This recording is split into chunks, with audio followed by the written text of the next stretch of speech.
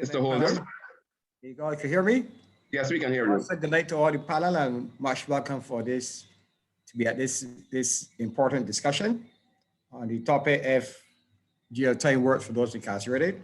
The seminar is Anthony Holder, Assistant Chief Officer at the prison. I've been working there for over 26 years. I've seen many prisons come and go. I am in charge of rehabilitation. And though I agree with Mr. Weeks that prisons do work for some, according to a criminologist and penologist, jail should be the last resort for the shortest period of time.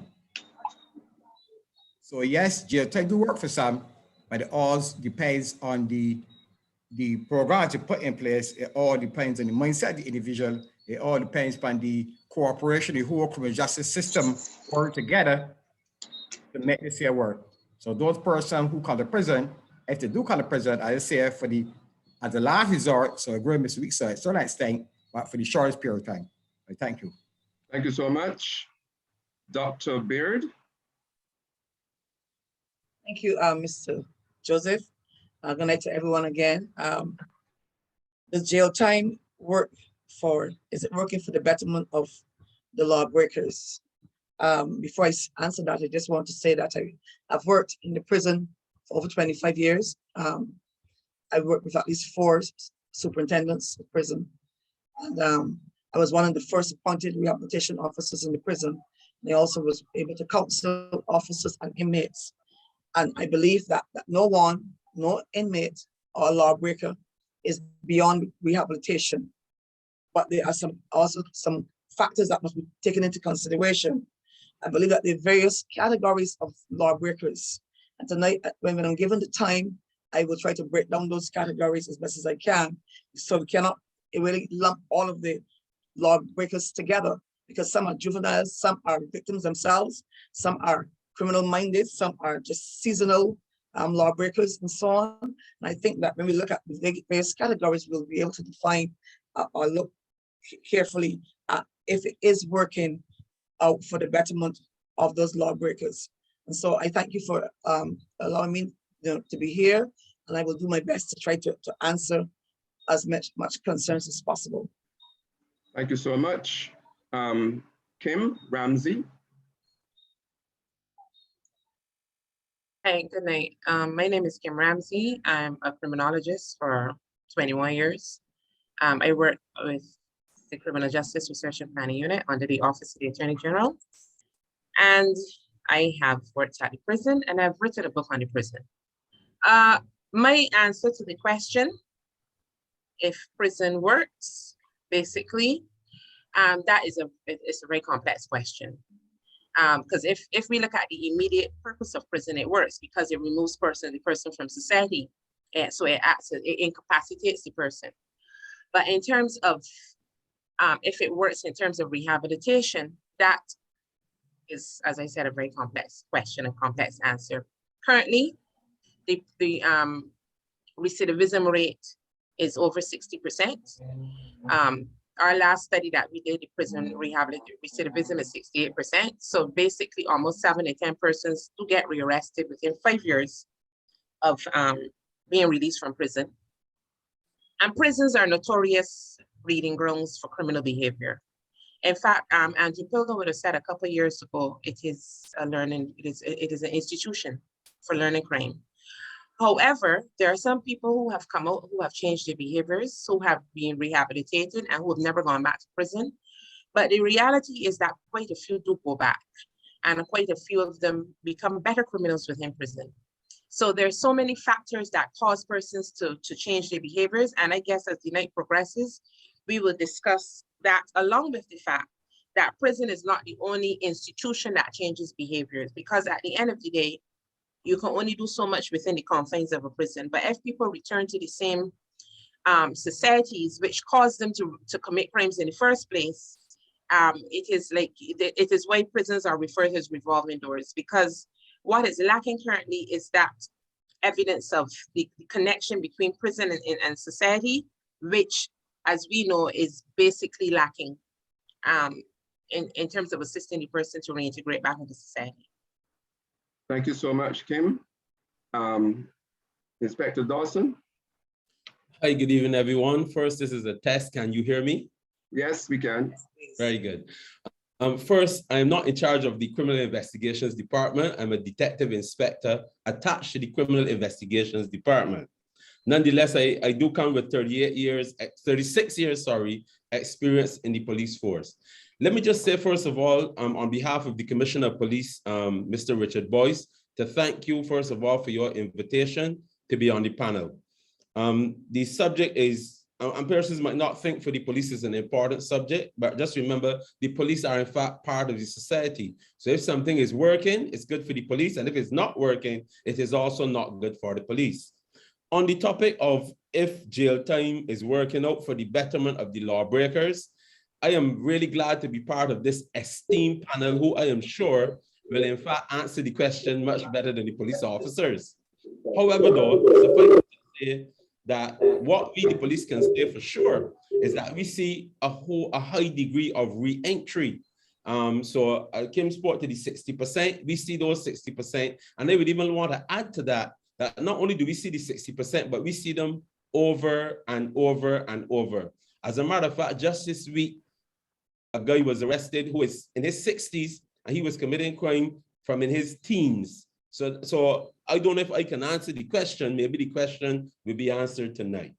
As it relates to the police as well, I would want to say that we do have a stake in if it is better for the lawbreakers, since of course, if they can be rehabilitated, which is, we know that's for the majority of the reason for prison, we believe is to rehabilitate, yes, incapacitate for those who deserve it. So since my minute should be almost up, we do have the juvenile liaison scheme, which is our way of trying to, do something about the lawbreakers. We don't just arrest them and say throw them into prison. We do try to deal with the young persons and lead them away from prison. And of course, you know that for us, community policing is something that we preach, we pray, we continue doing, and it's because we are a part of the community. So thank you, sir.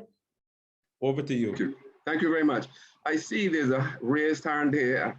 I'm wondering if you can wait until the last person speaks and then allow you to say what you're raising your hand for. Is that okay? All right, so one of the most important people on this panel, if not the most important person, is someone who walked those gates, who went through the gates of prison and spent, I think, 13 years, a number of years in prison. And that is why we brought him on here, as he can add real value to this discussion. Mark Headley, and he's now a changed man, and he can speak from experience. Mark, talk to us. Yes, sir.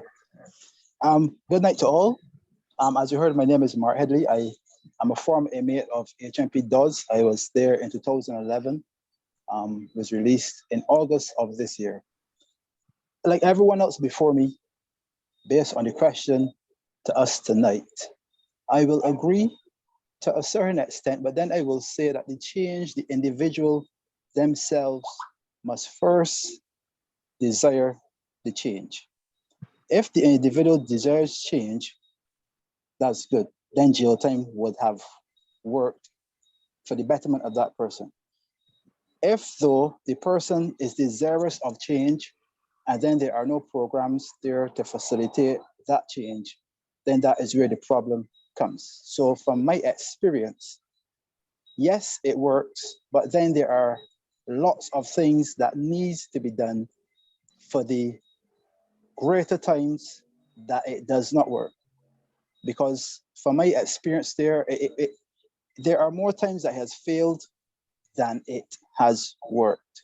So I guess as we go through tonight, we will touch some of those areas and hopefully try to make things a little better for those still on the inside. Thank you. Thank you so much, Mark. I'm sure that we'll hear a lot more from you as we dig deeper into this subject. The person who had their hands raised, they wanted to talk, or is it something they wanted to say? Okay, so let's go forward. I want to pick up from where Kim left off, because this is very pertinent to the subject tonight. when she talked about recidivism and the rate of recidivism. Kim, because you're a researcher, I want you to elaborate a little more on this. And also, if you could identify from your research, if you've done any research on it, why some of the reasons you think people keep going back into prison.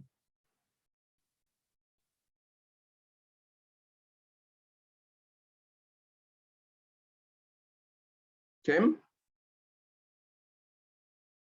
Sorry, I was reaching for a study, but I thought the study was here, but it's actually in my office. So I'm gonna have to talk from my head. We did a study, we did 2 studies actually, one in 2005 and one in 2009.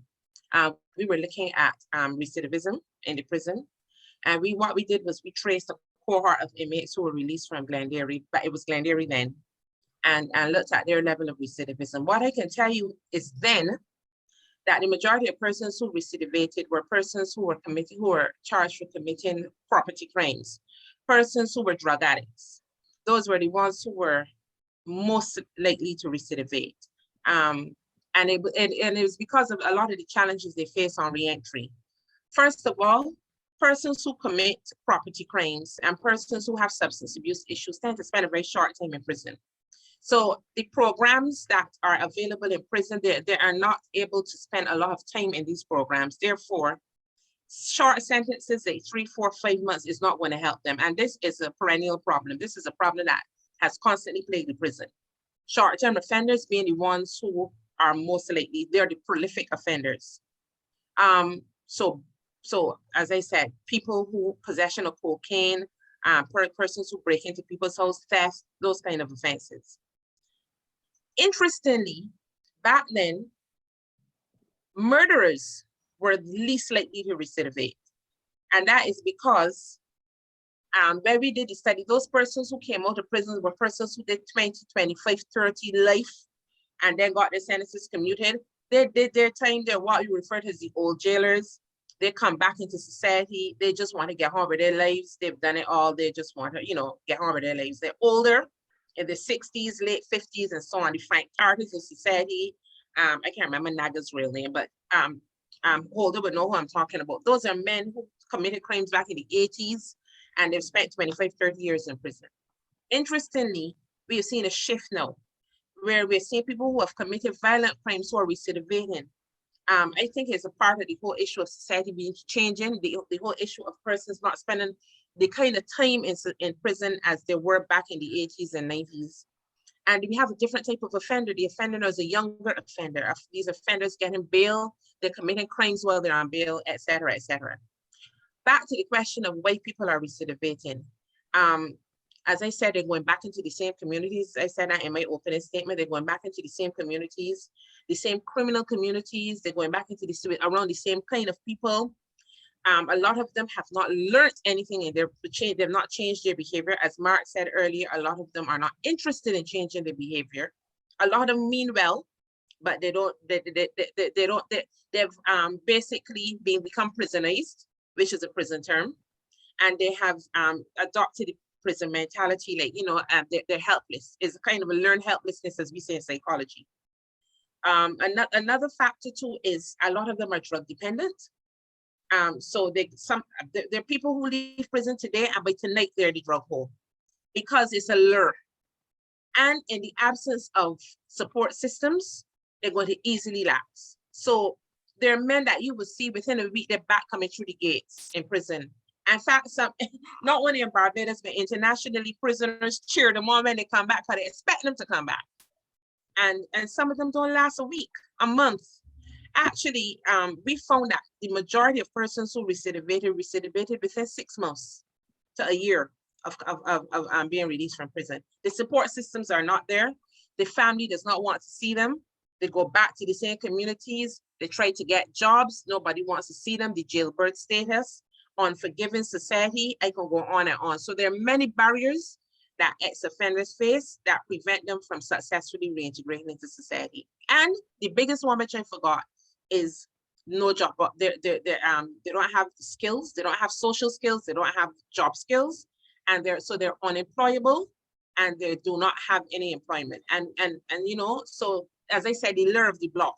You come back into society, nobody wants to give you a job, you don't have the skills, and the man on the block come and sell a 5-by, come and sell some drugs, whatever, and then the cycle continues.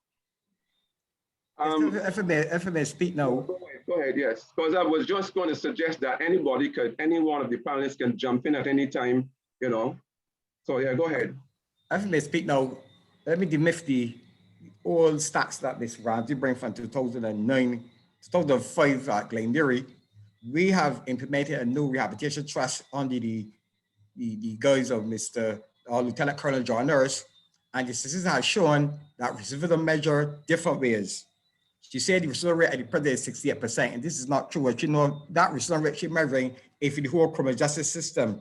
Of only 28% of those persons from 2019 to 2021, only 28% were incarcerated back into the prison. Okay, so a person may left prison, go back out in society, enter back in the criminal justice system, arrested by the police, become a statistic, go back to court, become a statistic. You only enter programs if you reincarcerate back into prison. Hence, we are showing the numbers, our tally at the time is, our population at the time, Mr. Kinrad is speaking about, where we had over 1,200 inmates. Of those 1,200 inmates, over 70% were convicted. We cannot do the remand, they're innocent until proven guilty. This is a woman versus DPP 1935. So we only could deal with the convicted inmates. Now we look at our demographics now. We have only about 700 male inmates. Of those 700 inmates, only 300 are convicted. So we show a drastic drop of convicted persons coming back to prison. Maybe because the courts had different ways of sentencing them.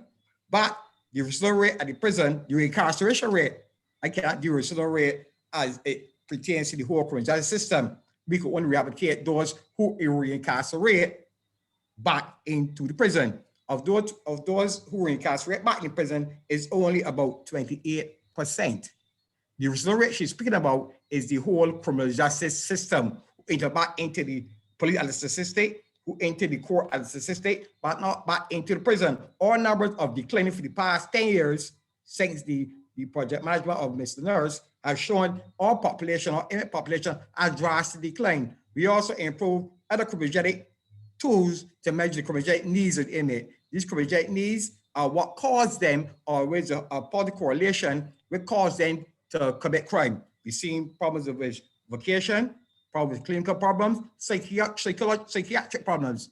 We do agree we need more professional help. We have a majority of inmates who are in prison, who should get in prison, who should be in a mental institution, who have psychological problems, who should be in those areas. We have inmates who are indigent inmate, those who have no family, those who have learning disorders in the Brocknell area, and those who have serious psychological problems. We also do sectors planning. Therefore, we match the rehabilitation programs to the inmate criminogenic needs. What are the things that cause them to commit crime?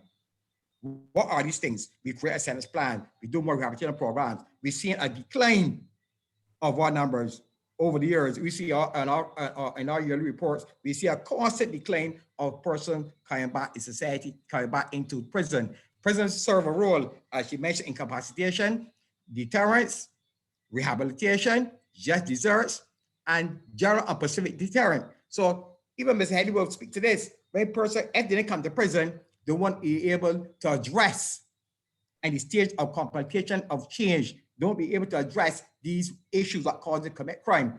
Before they handle prison, the prison act as an equilibrium for social balance and for criminal balance. Therefore, if there was no prison, where would they go first to address these criminogenic needs? Where would they able to have prison come? Prison can't read and write.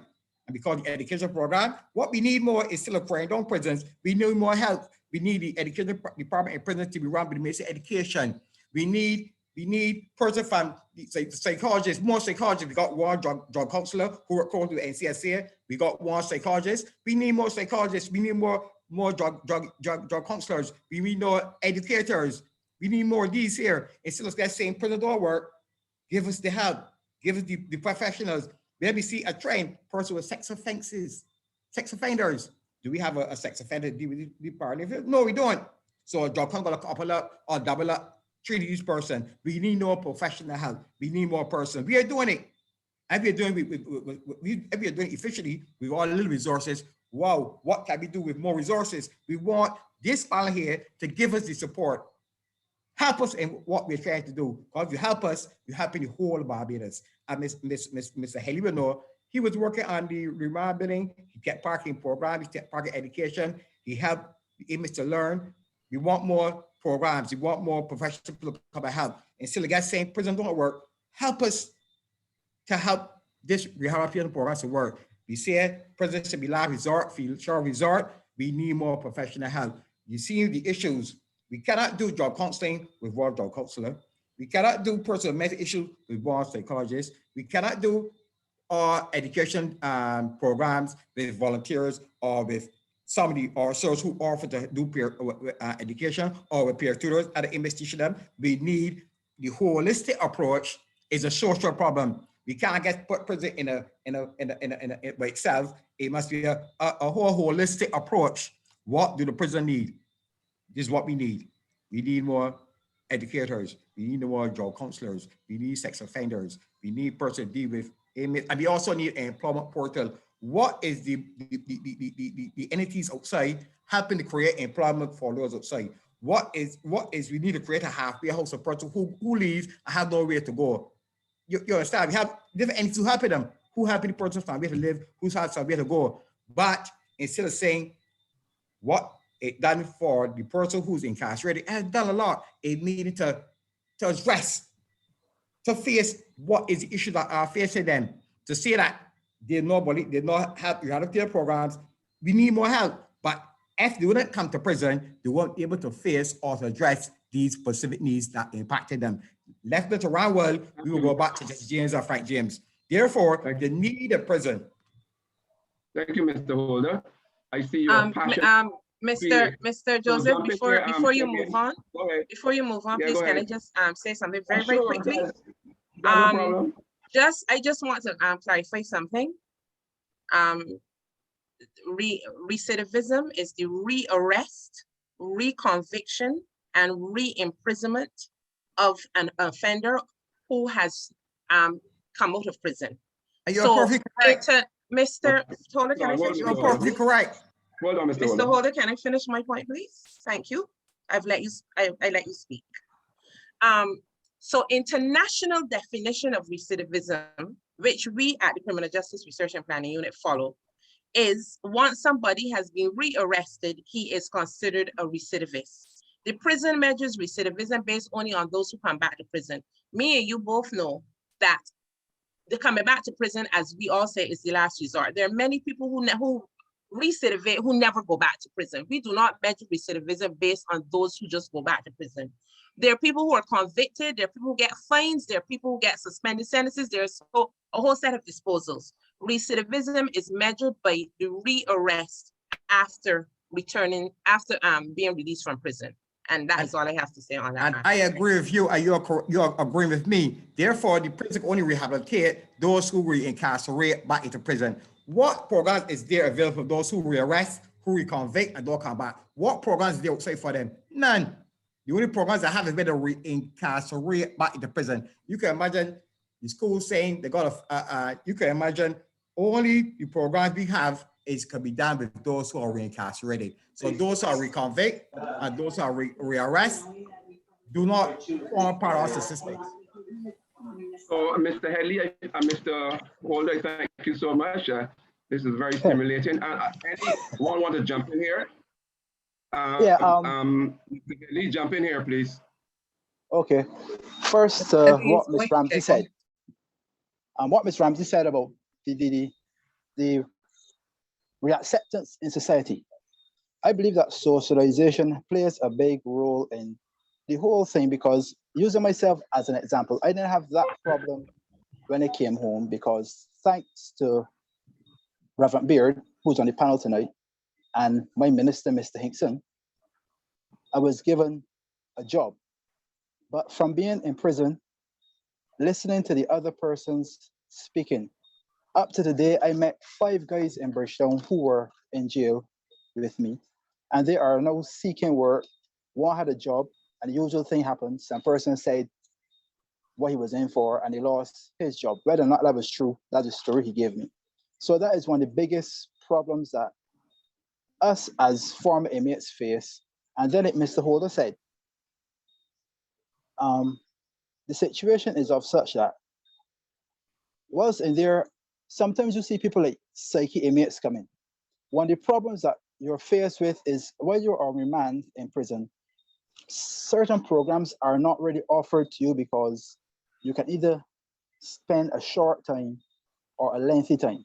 The problem comes because since you're not offered a program per se on remand, then you may end up on remand for like 3-4 years. So you came in not able to read properly, not able to write at all, and you sat down 3 to 4 years because certain programs were not catering to you. And then you go to court 4 years after, you get a suspended sentence or a time served, you go home the same way you came. So one of the biggest problems is the lack of programs that Mr. Holder rightly said, because you will find that persons are interested, but then you have volunteers that come in from doing their own thing that are not able to come every day. So then when I was there, they had something like 26 juveniles between 17 to 21 on the building that I was on, which is J building. And the only thing that these youngsters had to occupy their mind, not that they weren't looking for change, but the only thing they had to occupy their minds was television, DVDs, television, whatever the case is. And then sometimes you have to sit down and look one another in the eyes because there's nothing else there to really help them to become a better person, if you want to put it that way, or not. So sometimes when you look at it from both areas, you realize that there are some that are actually willing to change when the system is working. And then there are some that will see the one that wants to change, trying to change, and will jump on the bandwagon. But then to the court system, and some quads up there hold 65 persons. And there was a time when out of the 65 inmates, the quad actually housed 42. And that was in 2017, or August to November. Out of the 42 inmates, 31 were psyche persons. Psyche persons, I mean, what we consider madmen or street characters. So jail can't do anything for these persons. So they will go and they will come back. But all in all, there is a lot that needs to be done. Inmates, when they left, were very frustrated. Mr. Holder was trying his best to do certain things and put certain things in place, but he too had his own challenges for various reasons. But there is a lot that the jail requires if it is supposed to really produce the type of inmates and offer the help and assistance that it can really help offer. Thank you. Dr. Baird, you want to jump in here? Yes, sir. I just want to join in by saying that there are lots of things that predisposes the inmate for recidivism. I agree that we need to have a lot of things in place, and I agree with that we need more professional persons on the inside, more workshops. We need to diversify and make sure we have workshops catering for persons on remand and also for the juveniles and those that are convicted. While I was there as a rehab officer, even though the remands are not supposed to be trained or going to classes and so on, I had classes on the farm every day, workshops for those on remand, even if some of them would be there for a short time or they'll be there after they are convicted and so on. I made sure that while they came through the gates of the prison, that there was a program that they could enter into that would give them a chance of rehabilitation. I just want to make a reference to the Prison Act, Cap 168, because the Prison Act was specifically prepared for the total rehabilitation of the inmate.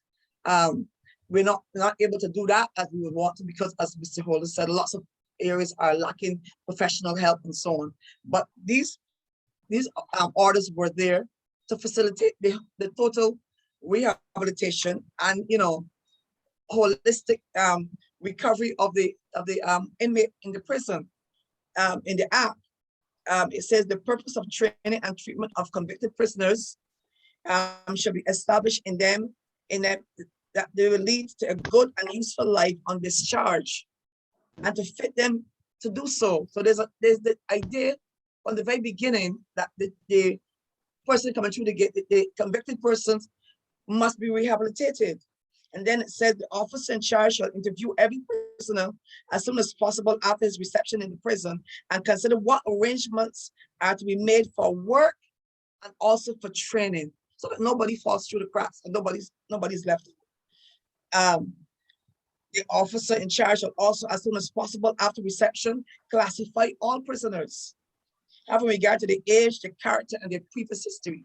That should be sent from the courts, I believe, or from the probation department, so that the officer that is meeting that admission stage will have an idea of where they're coming from, what their needs are, their family background, socialization. All of that should be brought into bear at the beginning, at the admission stage, so that the officer can then decide exactly what kind of training, what kind of rehabilitation programs that person could go into.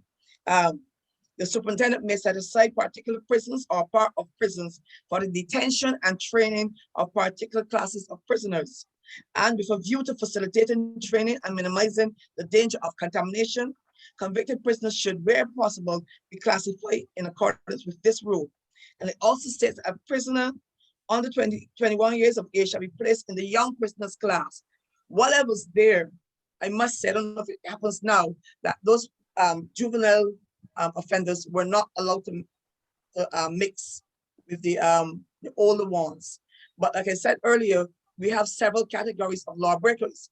We have some that are just juveniles who are victims of society, of circumstances, of social situations, of family breakdown, of no parenting, or poor parenting, lack of education, being in the wrong place at the wrong time, being on the block and being trained to be hitmen and so on. And so we have to look at all the various categories of persons that are incarcerated or that goes into the system to be able to see how they can be helped based on where they're coming from, and to begin to prepare a program to suit them. I believe in it. That was my philosophy then. It's still the same, that there's no inmate, and people would have said to me many times, you can't really change those guys there have a mindset. I don't believe that anybody's beyond change, because I know Jesus Christ and I know the power of God to change. And while every one of them may not want to accept the Lord as a Savior, I still believe that we can do all we can to help those persons that have run afoul of the law, as we call them, lawbreakers, to be able to change wherever possible. So to the question if the incarceration is really working, it depends on the programs that they are put through while they're there, they enter into while they're there, and of course the category of prisoner or category of lawbreaker, because there's some guys that are there that were hitmen, but let's face it, and when they leave the prison, they know where they're going back to. They might be there, a lot of them are told, you are young, if you commit a crime, by the time you get to a certain age, you'll be released from prison, and we got you covered, we got your back. And I agree that when a lot of them are there in prison, they are schooled in the criminality while they're in prison, and they're schooled outside in the communities as well. And so one of the things I must say, that with the new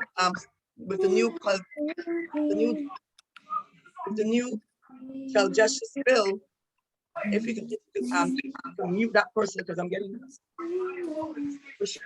Would you turn off your, hello? Somebody has their mic on. Yes, and it's with the new justice bill, juvenile justice bill that we have written on at the JS, inmates between 16 and 18 will no longer go to Her Majesty's Prison Dodds. They'll be sent to the JS facility.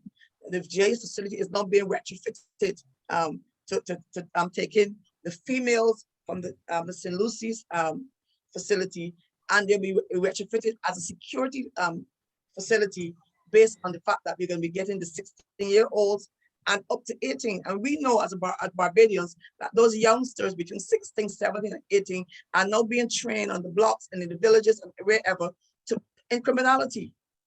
And so we're trying to be able to do what we can to see if we could, salvage those guys and not have them to have to mix with the more seasoned and hardened criminals. So yes, we can sit back and put our ways our hands in the air and say it's too hard, it's too difficult.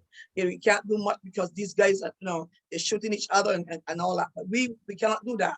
I commend Ms. Kim Ramsay for the great work she has been doing, researching and so on, and working in the prison, highlighting what is happening, highlighting the areas of difficulties that we're having in society, the areas that are causing these young men to keep reoffending and becoming recidivists, over and over. And so I want to just say that the law takes into consideration the holistic rehabilitation or training of the inmates when they're there. It's up to the prison and officers and all of the facilitators and resource persons to do what they're called to do to ensure that no one leaves the prison if they haven't been given a chance at rehabilitation. Thank you so much. Let me get enlighten you all on what happened in prison. Hold on, Mr. Holder. Hold on a minute. I need to get someone else. We can get back to you. Go. We got a little more time, so don't panic. I don't need to, Mr. Holder. I'm supporting you. Yeah, I will give an opportunity to the audience to ask questions. I see Mr. John Springer hand is up, but I wanted to hear from the Chief Magistrate first before we get to the audience. So you just hold on a minute. Chief Magistrate Weeks, can you jump in here and make a contribution to where we are in terms of this discussion and the experience from the bench in terms of the people you're seeing regularly and what you think, the feedback you get from them, because I know that you question them sometimes. Chief Magistrate? Yes, thank you. Let me just say that a number of things come into play in terms of sentencing, and I think the public must understand this. I know that Reverend Baird referred to the Prison Act in terms of what happens when they get there. But before they get there, there's something called the Penal System Reform Act. And there's this myth still floating around in Barbados in relation to drugs before there was the amendment that we were still locking up people with spliffs. But the problem with this country is the lack of education. People need to spend more time following the news, reading the newspapers, and not just following brass tacks, but follow brass tacks when people like Ms. Ramsay are on, because you can get facts as opposed to misinformation. So what we have is a system where we as judicial officers, we don't just sentence people. Pre-sentencing reports are available to us through the probation department. And we also have persons who we believe can make an input into any sentence. We will also hear from them. But the Penal System Reform Act sets up a framework, especially when it comes to first-time offenders and the opportunity for change and what we can do with those persons. So that is why a lot of them, most times, are diverted away from the system. There are persons who, as I said initially, will be sentenced. A lot of times you have drug offenders who may be sentenced to prison. But again, because of the change in perspective, we would have created drug treatment court for a purpose. We, through the same Penal System Reform Act, would have looked at other programs where we have persons who we can work with in terms of their drug problem, whether to do an assessment through the psyche in relation to Vernon House. All of these are options that are available to the sentencing officers. If I can get into the fact that some are sentenced and will be sentenced sometimes to 2 years, yes, some of them will return out without much help. I agree with Mr. Holder. There should be more specialized help at the prison. I must tell you that this is not unique to Barbados. I'm not making an excuse for it, but it's not unique to Barbados. But I want to put another spin on this though. I want to be proactive and follow up on what Reverend Baird said. Because as you know, and as you said, I questioned a number of these youngsters, some of them who are diverted or some of them who are sent to prison. And the foundation is what is missing. Up to recently, I asked a mother, when did your son stop going to church? You know what she said? He never went to church. So if we are to be proactive, we have to look at the various institutions of this society. We have to look at the family and do a healing there. My suggestion for many years, and it's not my original thought or idea, and I'm not going to stake claim to it, but there must be mandatory parenting classes in this place. You're taught to drive, you must be taught what is appropriate behavior for children. And if we set the tone in the family, that is one institution. The other institution which will take on and follow up is the institution of the church, which gives you that follow-up moral foundation, as well as all the other things that a decent family would give. Then the school is also involved. So I'm saying that it is you have all of these institutions who must work together before the children reach this stage. And I'm going to go a little further. One of the men who passed this week, a man who I had great respect for, was Mr. Dennis Johnson. Mr. Johnson and I always differed on the impact the media has when it comes to training children and young people. It is a fact that a number of the DJs on the radio teach more of the children than the people who brought them here. And we need to come to grips with these subcultures which are doing damage as well. So when we start to address those issues seriously, you will see less people for us to deal with. But I must make the point, we are doing our best with the available professional help through probation, through social work, through the child care board, through a number of these agencies before we make our determination.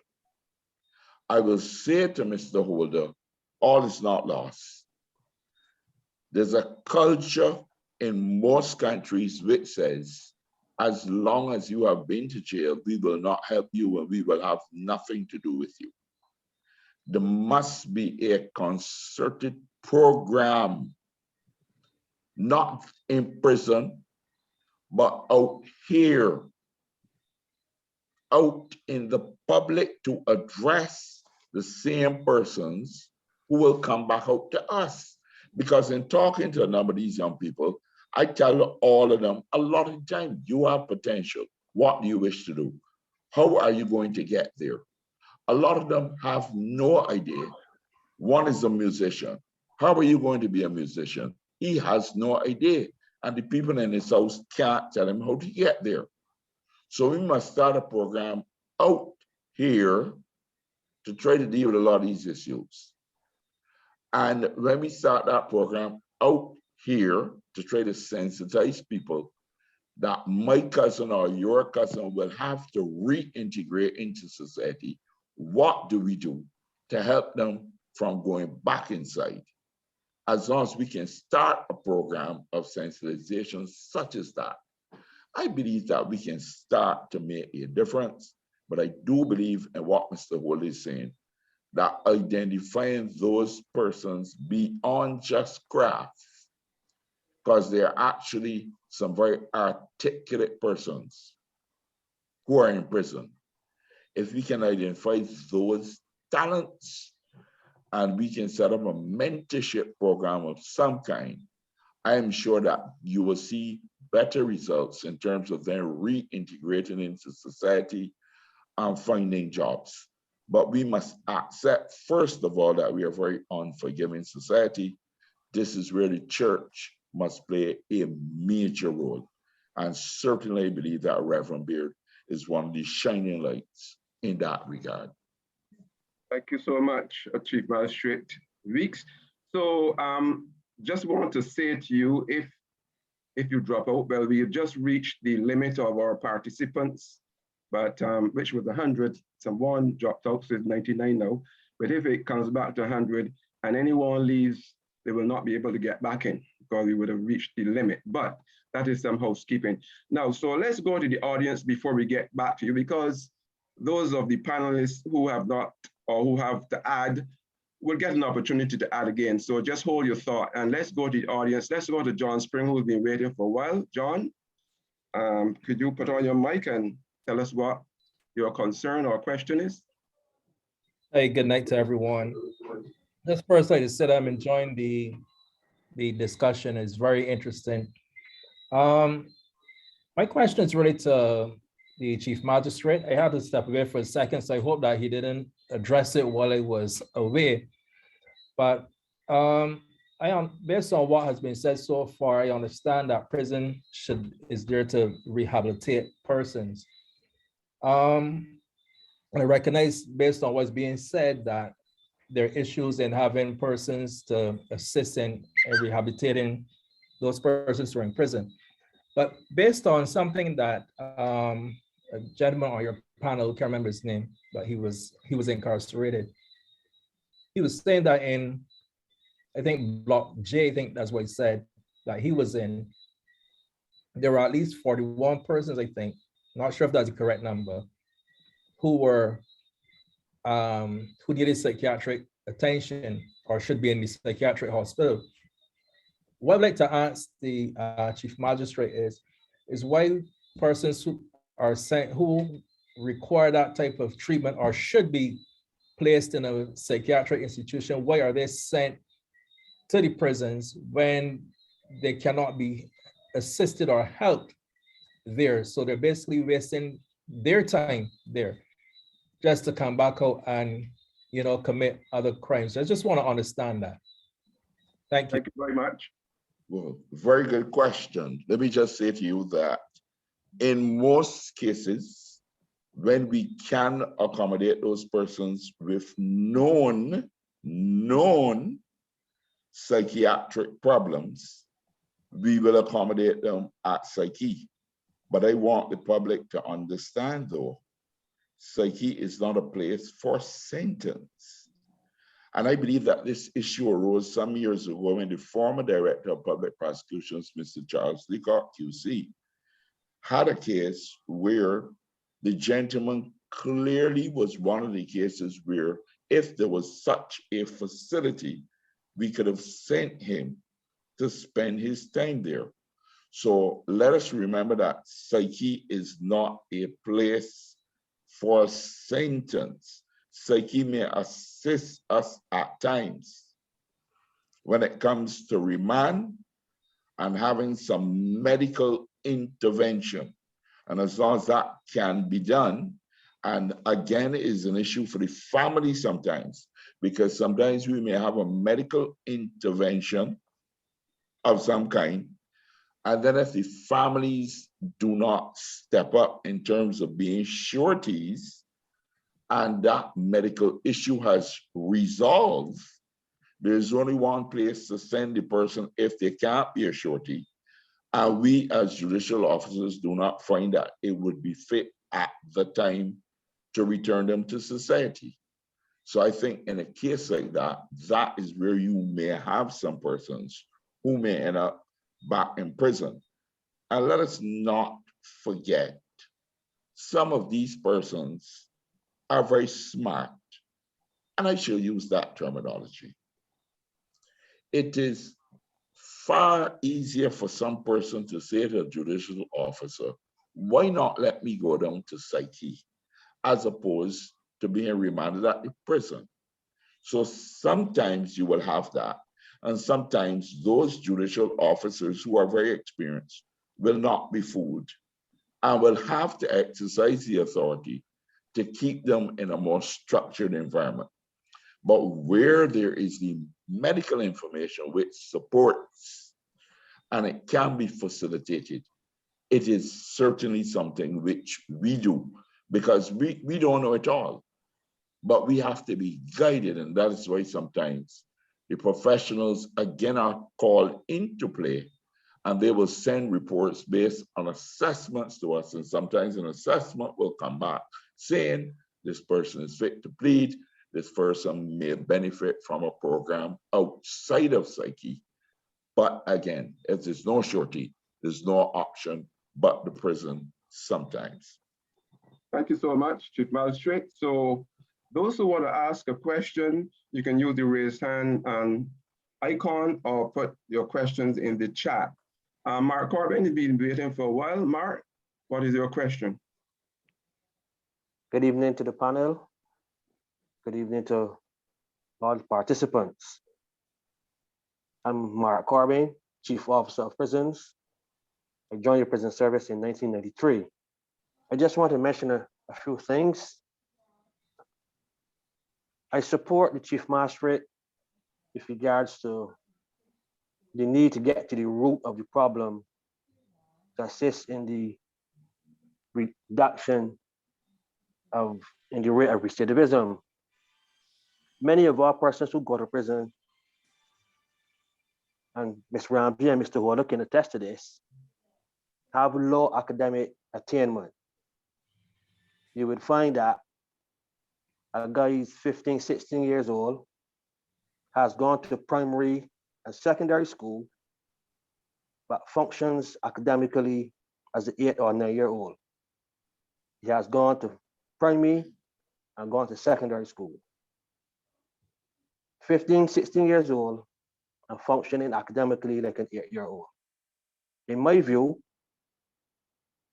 that attests to the fact that our educational system has failed our young people.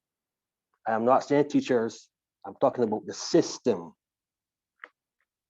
We have been sending everyone to secondary schools, teaching basically the same curriculum. There is a need for more technical colleges, whatever you call them, where you're teaching vocational skills. Yes, you would teach the basic English and math, yes, but in my view, all of our children should not be going to secondary schools doing basically the same curriculum. That is a failure. Another point I want to make is the need for parenting, parent education. I believe it should start in secondary school. Many of the inmates who come to prison, who pass through the probation system, because they had a stint there when they was doing the social work program at TFL. Poor parenting, poor socialization contributes to their behavior. Is one of the contributory factors. So I think we need to teach parenting skills from as early as in secondary school. I have read and or skimmed through over 20 articles about what works in prison for 2 assignments, one for an RSS course and one for an assignment I did when I was doing the master's program at the UWI School of Business. Whether you call it religious studies, religious knowledge, scriptural studies, whatever. Most of the articles on what works in prison mention the need and the importance and the success of having biblical studies, whatever you call it, taught in prison. And as alluded to by the Chief Magistrate, many of them have not grown up in church. There was a time in Barbados when all of us about 40, 45 years old, we went to some church growing up, whether on Saturdays or Sundays, but we went to church and we had that grounding. So even though we were not perfect, there's certain things we won't do because of that firm grounding. That is something that is lacking in our society today. I have a number of other points, but I we'll give a chance to other persons to speak. But I will say this, getting to the root of the problem. In my view, I think we need to have more social workers and psychologists in the schools so that you can get a grip of these problems from early. Many of the persons who pass through probation and those who go to prison have demonstrated certain deficiencies, for want of a better word, from a young age, but they were not properly identified and or addressed. So I think there's a need for more social workers and psychologists in schools. I thank you for allowing me to speak. I have a few more points, but I will give the opportunity to others to speak. Thank you so much, Mr. Corbin, for joining us. We have Samano Barker. Samano Barker. Good evening, everyone. Good evening. I'm a recent graduate of UE in Faculty of Law, and I took a class called Forensic Criminology where we had to speak about prisons and do some research. So I want to firstly thank Ms. Kim Ramsay for your book. It made it so much easier. You gave us so much great information to go on. One of the things that really stuck out in the research was how much percentage of the prison population in Barbados are on remand. And I think we are one of the highest in the Caribbean for a higher percentage, more than half of the people that are in prison that are remand and not convicted. And then we hear, I mean, from the gentleman that was in, that the persons on remand do not receive any rehabilitation, and then they are back into society. So I know for sure that there are some people that are remand for more than 10 years and have not received anything. As they say, they sit down and they watch TV, there's nothing done for them. And so one of my questions are, what can be done now to be put in place for persons that are remand? And two, I would like an explanation for the chief magistrate. What is the reason for such a high level of persons on remand compared to being convicted? So is there something we need to be looking in our justice system for the backlog that is happening, causing so many people to be on remand, thus not be able to be eligible for rehabilitation, then to be come back into society as they came out or as they went in, or even worse? So I leave that to the panel to please explain for me. Thank you. Right. I guess what I said, a myth that is spreading here. Before COVID hit us really severely. Mr. Corbin, I need to get the question answered first. Right, I answered part one of the question. I answered Okay, part one of the question. I hear two people mention that there's no program for remand inmates. That is not entirely true. Okay, go ahead. When an inmate is in the prison, whether remand inmate or convicted, we do assessment of the inmates in the system called rehabilitation floor, inter-induction, and they assess the vocation level, education level, antisocial personality disorder or psychological level. Then we create a custodial plan in which they must follow a rehabilitation plan for them, whether convicted or remand.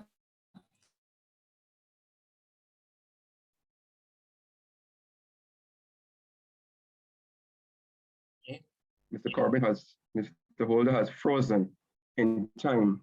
Chief Magistrate, could you pick up on that? I think it was partly directed at you. I believe that Kim may be able to follow up on Mr. Holder or assist. Let me just congratulate Ms. Barker, first of all, on her success in relation to law. And let me indicate, though, that Kim would have touched on it earlier, you know. If you are sitting as a judicial officer and you are finding that there are persons who are coming back before you, the prosecution has an option to object or not. And the defense will say what they need to say, but this is the reality though. The judicial officer needs to make the decision, and if it is that you're on bail, and Kim mentioned it earlier, and you are alleged now to have committed more offenses, it is likely, not saying in every case, because it depends on the nature of the offense, the nature of the objections, all those things, that you may find yourself back on remand. And especially if, let us say you got bail from one judicial officer, you may have been out there for 2-3 months, and then all of a sudden you being an alleged and having antecedents as a burglar, you now come up with 6 alleged offenses of burglary. So in those circumstances, and I'm just using that as an example, there are far more serious matters like capital matters and then drug offenses, and where people are charged with larger quantities of drugs in addition to firearm offenses. Well, firearm offenses, we don't have a choice. You are remanded. We don't have a choice in terms of those. But there are cases where persons, because of the nature of what they are now alleged to have been charged for, and because of their antecedents, may find themselves on remand. Something that we don't necessarily have control over. And that is why Mr. Holder and Ms. Ramsay, they're the ones looking at the statistics. I may know a gentleman who comes back before me who I may have given bail to. And I may recognize that once again, he is now charged with 3 rapes. It is not to say, as defense attorneys will say, that we front load a sentence, but there may in fact be some circumstances where those persons will be remanded again. And there are, as I said, some of the more serious offenses which are out of our hands, like murder and firearm offenses. There are offenses like endangering life and so, which we have control over. But it all depends on the nature of what you've been charged with again, which may determine whether you are kept again. Thank you so much. Mr. Holder, you froze, so that's why we right, have to go. Right. I let the myth that we don't have no program for remand inmates. We are seeing the demographic change of remand population start to increase. Since that increase from 2017-18, we start arduously putting programs in place for remand inmates. We start spiritual programs. We start basic, because we found what Mr. Mark Corbett said, that a person who come to prison, whether secondary school, carry the right. We start education programs. We start drug education programs for remand inmates, and we start English programs for remand inmates. Because the law, we can't make remand with the convicted inmates, there haven't been enough programs for them. Hence, I said we need more professionals to come to help remands. So there is rehabilitation program for remand inmates, not on the level of the convicted inmates, but we need more professional help for the remand inmates. We had church spiritualism for remand inmates on the side there. They have church from different all prison ministries. We do it virtually. We now go shift to virtual. We call it the COVID issue. But we do have programs for remand inmates. We need this numbers increase. And this is my stool, but for me to advocate for those persons to come into prison to help the remand population. We need it. And as Mr. Wick said, person getting remanded for different offenses, we realize that there's a need for remand programs for remand inmates. That we start way back in 2018, 2017, 18. We continue to do it, and we will continue to do programs for remand inmates. We need more assistance. We need people from the University of Wesleyan, those who have graduated, to come and pay back some of their time to help with the programs, to help with the coping skills, to help with the anger management, to help with the sexual offenses. We need more help from music education. We need more help from the Careful School of Business. We need more help from the Business Society. We need more help. We are doing it, but are we doing it alone? We are not in a vacuum, because what we do and what we say out to society impact the whole society. As a Corbett put it brilliantly, those person, we have a person who's 21 years old. Do you go to church? Question we ask, do you have any church? No religion. What school? Which school at? Sunday school. What level? Oh, fifth form. We give them the English and math test. Poor. Any skills? Oh, I sell drugs. We see a progeny, then he got 5 children. We could then predict who coming next, the next 10 years. Therefore, we start embarking on a remand program for remand inmates. Mr. Martin, we start, son. He also helped teach thoughts at inmates on the remand building. We had to do peer tutors to come and help teach them as well. We had other inmates who pass, who come and can't read and write, get CXC grade 1, and then return to teach other inmates. We need more of this. We need more persons who have help. So if prisons work, yes, it does work. But can it work better? We always say it can work better. We need more professional help.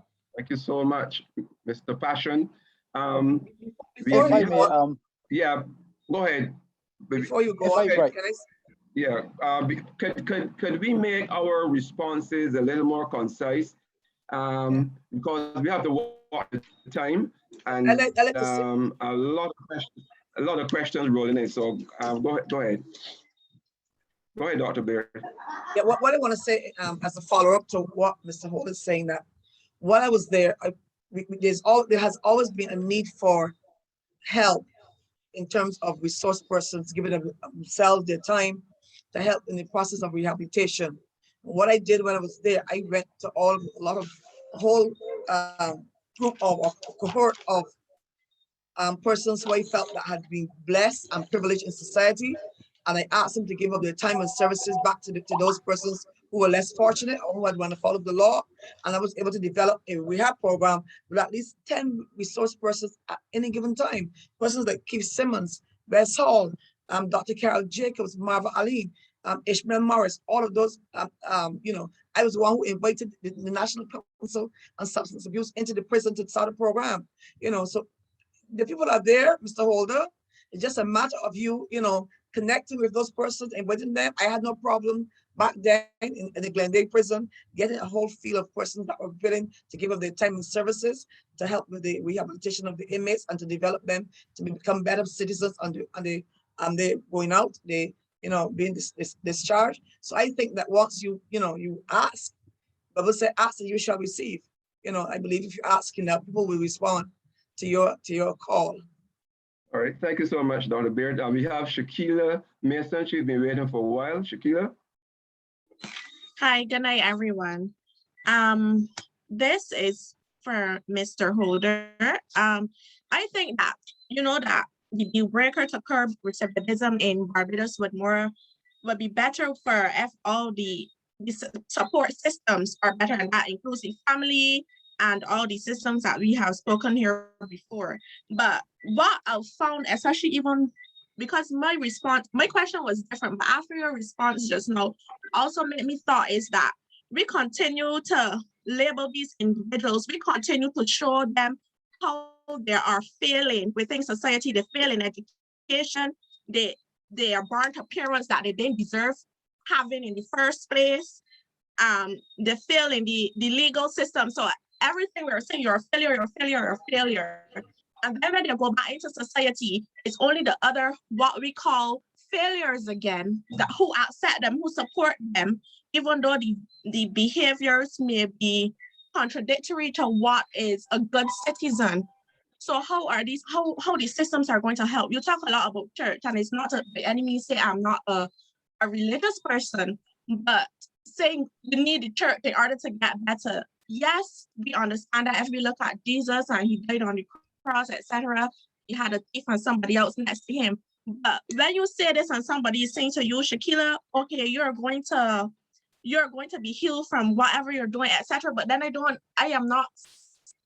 have anyone physically helping me in terms of helping me find a job or helping persons to see me differently. The society we know in Barbados, regardless of even if it was by mistake, but we go to prison, that persons are going to label us as a criminal and they're not going to see anything positive coming from us. How are we going to help these men, these women, these young people be able to build a self-esteem that they see themselves more than just being the failure that society has made them out to be because of past mistakes and circumstances that in most times, like the chief magistrate had said, bad parenting caused them to be in the situation where they are now. Thank you so much, Shaquilla. We have a representative from the National Council on Substance Abuse, and she has to run off shortly. Deanza Roberts, could you make your contribution before you run on? Hi, thank you, Emmanuel. I think this forum is very important. It's interactive and the information that has come out of it. I listened to Kim and I listened to the magistrate and I listened to Mr. Headley. And I just want to say, in a lot of cases, we think of what we do after and not before. I'm only the public relation consultant, but the National Council on Substance Abuse offers a wealth of programs from primary schools and up. And I'm so glad when I heard Reverend Baird spoke a while ago. We have program officers, we now call them substance abuse prevention officers, who go into the schools, the workplace, and all of that. And everybody's saying the same thing. You can't do it alone. The parents can't do it alone. Children can't do it alone. And I must applaud Kim, who has been at the forefront pushing, and everybody else. So by next program, hopefully, more representatives from the NCSA definitely will be on. I think this is excellent, excellent, excellent, a wealth of knowledge. And I will make a report to the manager tomorrow, God's willing, and let her know. But I have to run off now for my Kiwanis meeting. So you guys enjoy, continue to have robust discussions, and let us do this thing together because we can do it. And for the prisons, I know Mr. Cobbing, and the others, and I know the prison is also doing what they can do, but everybody has to have all hands on deck. So thank you, thank you, thank you, thank you. Thank you also, Ms. Goodrich, and many blessings to you. Keep going, keep doing the good work. Thank you so much. Yeah, thank you, Deanza. Just a few words I want to say before we get on to the next contributor. We can accommodate at least 400 more people. So we extend the space so you can come in. And also my senior pastor have just indicated to me that we need to have a part 2 of this.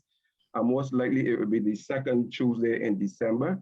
And so we definitely have to have another part 2 of this. So you can prepare for that. Yes, we have. But before we get to you, Inspector Dawson, we had Diana Goodrich waiting for a while. So Diana?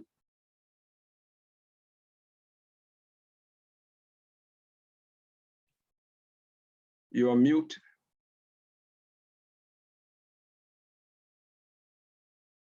Diana?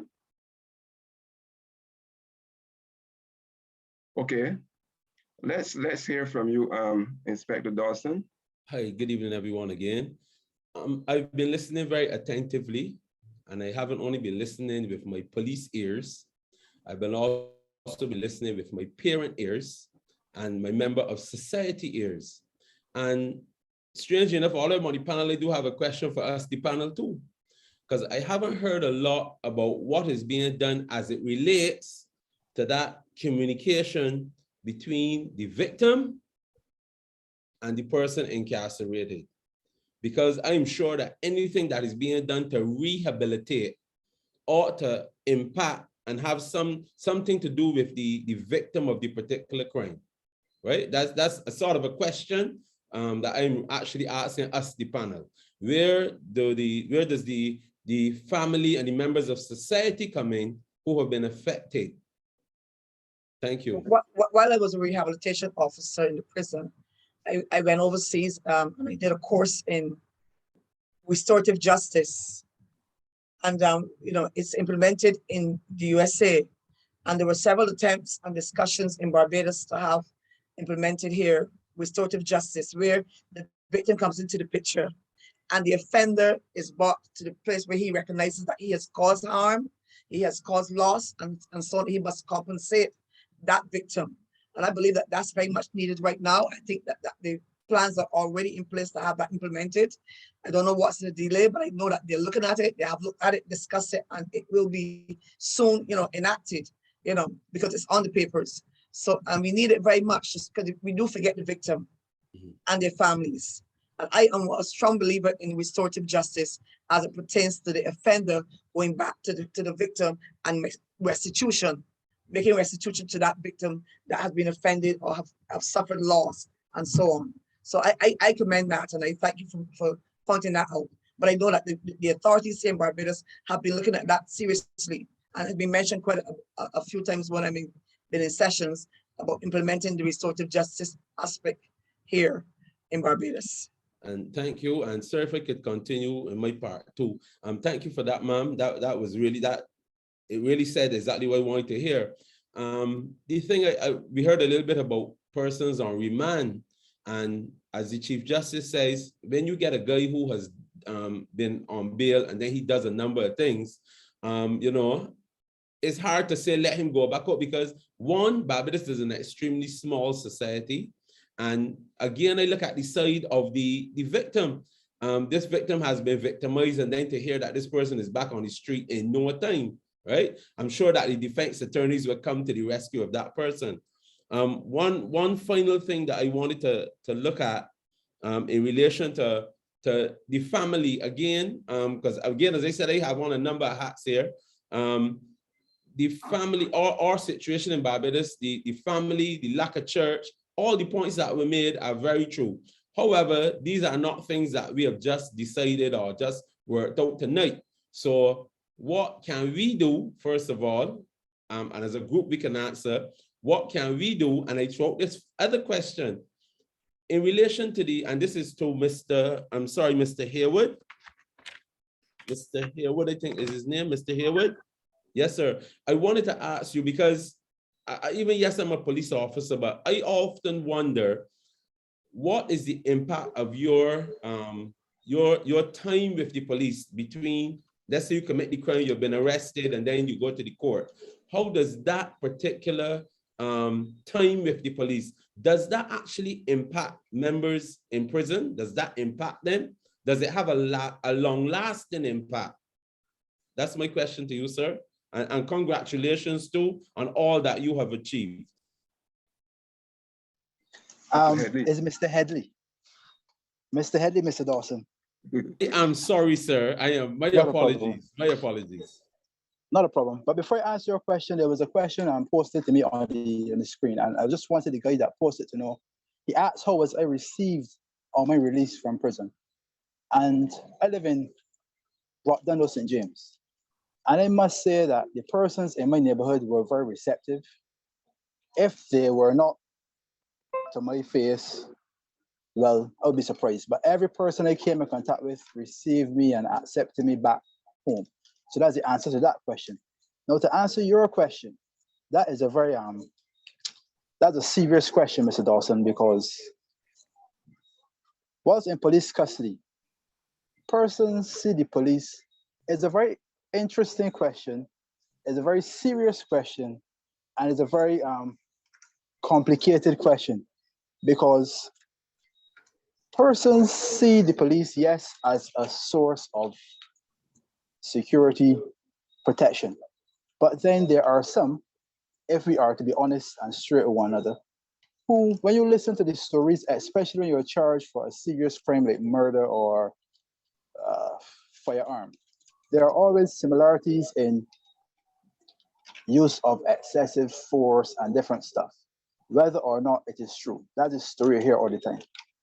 For me, I can honestly say that in my situation, based on what was known or what was presumed to have been known at the time, my situation went differently, if you understand where I'm coming from. So I did not experience the type of stuff, for lack of a better word, that other persons said they experienced. But that is one thing that I guess the police needs to look into if they are going to be community officers, if they are going to be persons that they want civilians and persons in society to really interact with, especially who went into prison. I believe that they have to find a way to reassure offenders or the youngsters coming up now that they are really not for them because you have a job to do, but you are for them in the sense that we are all working together for the greater good. But when you sit down and listen to the inmates on the inside, there's one thing coming out all of the time. Like I said, it could be a case where, and it is usually a case where in some cases, some just want to be accepted in conversations, so they add to what's being said. But then in other cases, some give the impression as if this really did happen. And it is not, it is more negative than it is positive in the police station that you hear. So in light of that, I hope that answers your question. But I just wanted to also clear up what was said earlier about the remands and the programs so that we are all on the same page. Mr. Holden and I are very good friends, if I may say that, so I don't want him to feel that I am sabotaging his boat, because I'm not. But it is a situation where, yes, the remands receive programs, so I don't want to appear as if we are giving misinformation. They receive programs, but like Mr. Holden said, a lot more can be done, a lot more needs to be done, because even though they receive programs, in some instances, the You're muted, Mark. You're muted. Can you hear me now? Yeah. Yeah. Right. The remand inmates make up a great number of percentage of the actual inmate population. And because Mr. Holder said there are not the resources there to assist them and assist the prison as a whole, then the numbers allowed for classes on remands is greatly limited as it relates to that. So, and when you sit down and listen to these gentlemen, there are some that would really accept the classes offered. There are some that, yes, they don't want to appear as if they're informers, or if that's the biggest thing you have. They will sit down and speak to you. They will talk, they will listen, but then some believe that if they're taught or seen speaking, that the others looking on will see them as an informer or something negative. But they are willing to learn. Most of them are willing to change. You'll be surprised at some of the big names that pass through jail that are willing to really accept change and make a difference. But again, because of peer pressure and because of how they think society will view them when they release, that is a problem. So I will listen as we continue to discuss this topic. Thank you. Thank you so much, Mark. I want to go to I see Diana hand is still up and Sandrine, but before we get you, we've been having some questions in the chat. One of the pertinent questions is how can one volunteer to assist at the prison? What can one do to be able to really make that contribution to help the prison in its rehab program? So Holder. Yes, I did respond to that message in the chat. I think I mentioned that you just need to write is a letter requesting to be submitted at prison, Lieutenant Colonel John Nurse, and Vice President Dodds, of what you plan if you want to help assist, what aspect of remand going to assist. Unfortunately, we can do it virtual because of the COVID rules and no person coming to the prison. Matter of fact, we have launched a number of persons only from this month. We start back church, spiritual programs, no carefully mentioned, and it's religious programs, no church programs, the spiritual programs.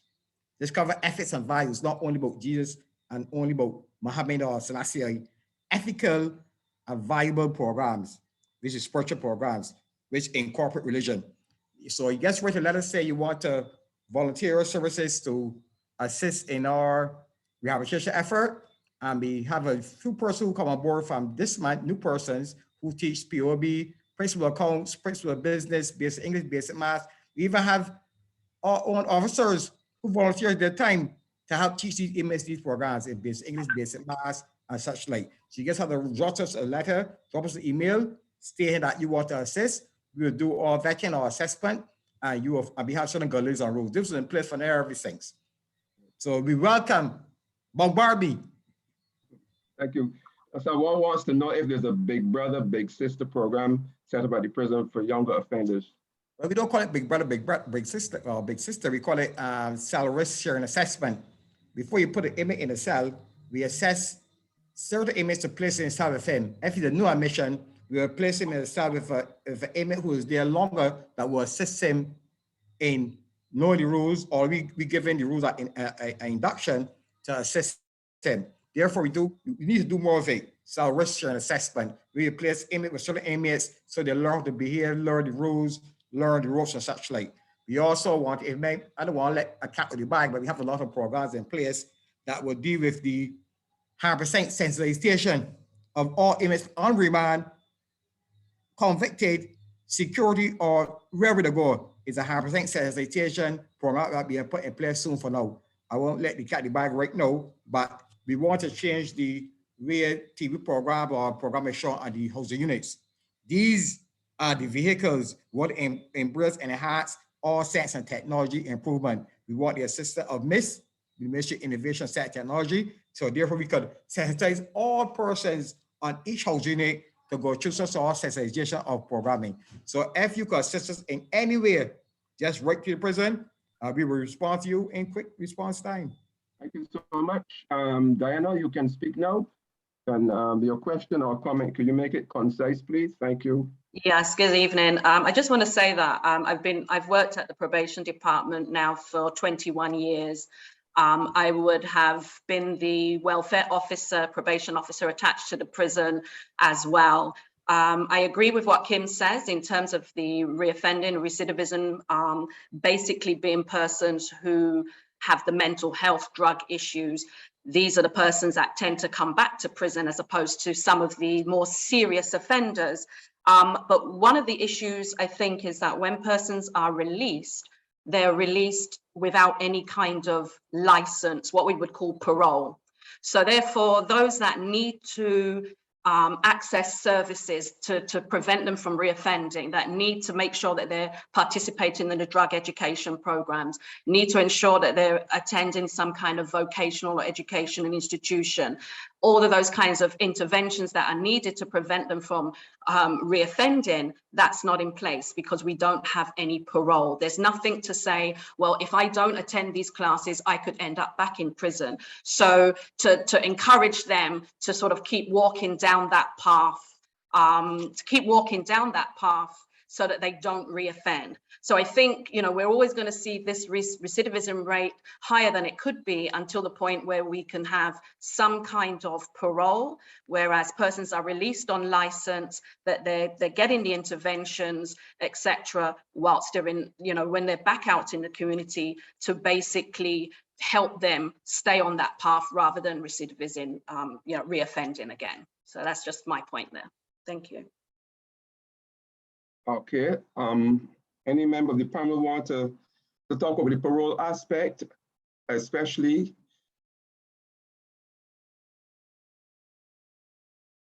Okay, so let's move on to Sandrine. I don't think that, I think Ms.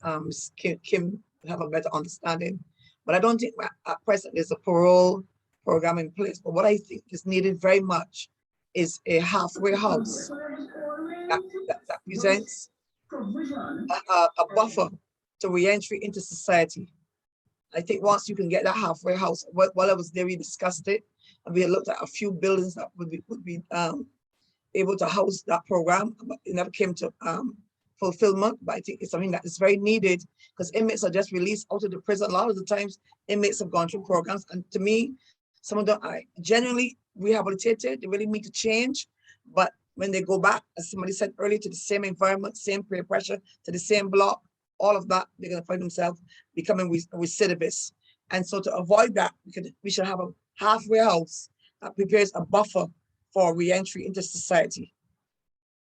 Okay, thank you so much. I believe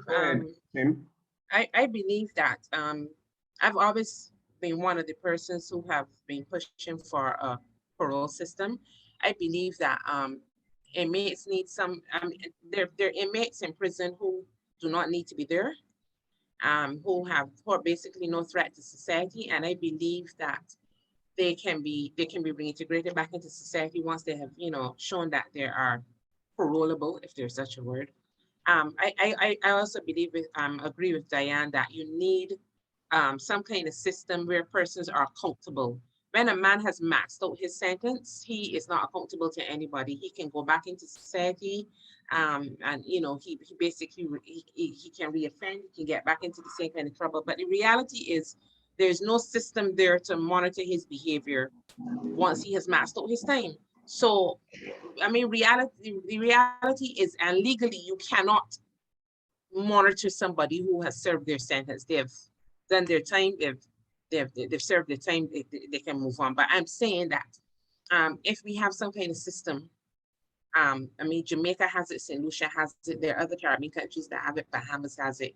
I believe that a good running parole system can be very useful in terms of not only acting as a deterrent, but it can be some kind of system for persons who are near the end of their sentence, who are like a year in, away from the end of their sentence, where they can go back into society and prove their worth, monitored by parole officers, probation officers. I remember parole was something that was being discussed before I went to grad school, and I went to grad school in 2000. So that's 21 years ago, we were discussing parole, and nothing has happened yet, but I have faith, and I believe that at some point we will start to make headway where parole is concerned. Mr. Chairman, could I just jump in here for a second? Yeah. And say that the parole system and so on is absolutely supported. And also, you know, that usually in some countries you have people who, if they're sex offenders, that they're monitored and they're sex offender registries and that sort of thing. And surely that is the way that we need to go. When Kim said that she had heard it about parole for 21 years, I've heard it for 36. So I really think we need to start doing something about it, because we, the police, do not like to see these people repeating all the time, right? We don't like to see you coming back all the time. We don't want to see it, and we're members of society. So whatever happens in society affects us. So I do hope that in going forward, we can get this parole system up and running. Thank you. Thank you. Chief Magistrate, do you support the parole? Very much so. Let me get my video on. Very much so, because again, as I indicated earlier, if you're going to have a system at the front end which seeks to place society on a certain keel in terms of the value system, in terms of the work with parents and all of that, in the event that we have challenges, certainly we would want a system where we could get persons with potential who will be leaving the prison system, and there'll be an organized system for them to reintegrate. And if they can reintegrate and the public can be sensitized as to that, I believe that the record will be far different. We will see far more Headleys into the system. So I believe that is an excellent intervention. It was an excellent intervention by Ms. Goodrich, who I've known and worked with for a very long time. That is the kind of talent that the probation department has. Thank you so much. I see you, Sandrine and Glenroy and John. We'll get to you. I just want to go back to the chat. Someone mentioned it in passing about ankle bracelets, and as one means of keeping tabs on persons as opposed to who are on bail and things of that matter. Or how can you expand on this? Do you support the ankle bracelet concept? I will start with you now that I still have you here, Chief Magistrate. Yes, it is an option because the Bail Act speaks about conditions of bail. So there are a number of conditions that the judicial officer can set up for persons. And where there are concerns, I am sure that you will have very few defense attorneys who will not support it. Because in a case like that, we can track where you are. We can know for sure. And there are not cases where you can just get out of a bracelet. And that is one of the options that can give the balance to persons where we know where you are, and we know that you're fulfilling one of the conditions or some of the conditions of your bail. So I believe that that is a very useful option, and again, used widely in the international community. So it's one of the futuristic ways that we can give the kind of balance to the system for those who have a problem with those who may be out, and those who may have a problem with those of us who may release them. Will you still need to have the surety then? yes, you will still have a surety, you know, because you remember you have a surety now, and we can say that you must report to the police station twice a week.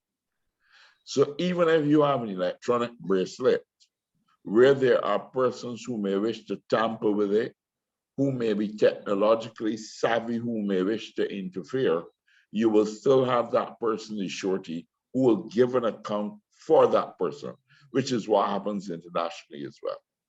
Okay, thank you so much. Mr. Chair, could I just jump in and say that at least it's being tested right now during COVID, so that's good. Exactly. Bracelets. Yeah. Okay, thanks for that. You want to elaborate? No, it's being tested from a health perspective, but I'm sure that a researcher like Ramsay can use that information to say how it can work in the parole system and so on. Okay, it's something that the police will support, I suppose. Absolutely, absolutely. Okay. Sandrine, thanks for holding. Okay, good night, everyone. Thanks for having me.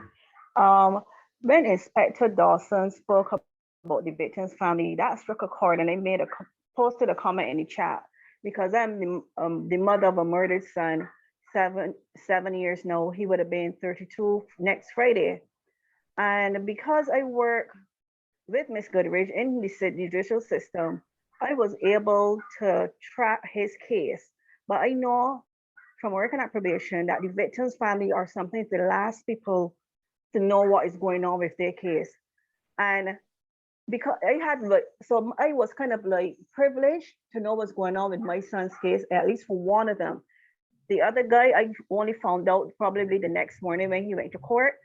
And when Pastor Baird talked about the restitution and having these persons say something about what the crime they committed, the second guy, when he was interviewed, I don't know, I know the reporters pick out some things to put in the paper. It said chase a better man, but nowhere in that article did he mention any type of remorse for his actions. So the family, we are left, let me speak for myself. I was left with this anticlimax because the trial, the maximum sentence indicated was given for one guy. So he was given his time. The other guy, the charge was lowered. So he basically walked out of prison, but not on a murder charge. And I didn't feel a sense of completion or justice because nothing was said about my son.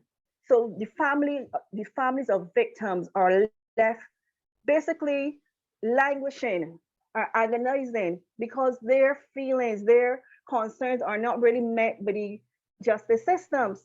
From working at probation, if not for us calling some of these persons to get a victim impact statement, they do not know the trial has come up. So there needs to be more communication, more interaction with the family. Nobody from I sought my own counseling. It wasn't provided for me. I sought my own counseling for 6 months. I did that. Nobody can offer that to me. So there are things that need to be done because families are hurting. With restitution, my son was working. I'm now saddled with a mortgage until I retire. That was not in my plan. I had to, because I have a supportive family, I wasn't saddled with the whole cost of the funeral. But some persons are not as fortunate as I am. Some people pay for funeral 5 to 6 years after the person have died because funerals are expensive. So we, the family, we still suffer long after these people even come out of prison. That's my contribution. Thank you so much. I just want to jump in here, Mr. Joseph. I totally support what Ms. Brung has said. In fact, she would know that I did a webinar last year, actually a year ago, looking at the whole issue of victims and the criminal justice system. And I'm a person that's even though I'm a criminologist and we tend to focus a lot on the offender, I have a soft spot for victims of crime because I believe that they're forgotten. They're forgotten in the criminal justice system. And I believe that we do not in Barbados do enough for victims. I have been since I was working in the criminal justice system over 20 years ago. I remember going to a retreat and speaking at this retreat. And Sir David was the Attorney General, I think he was. No, she was the Chief Justice then.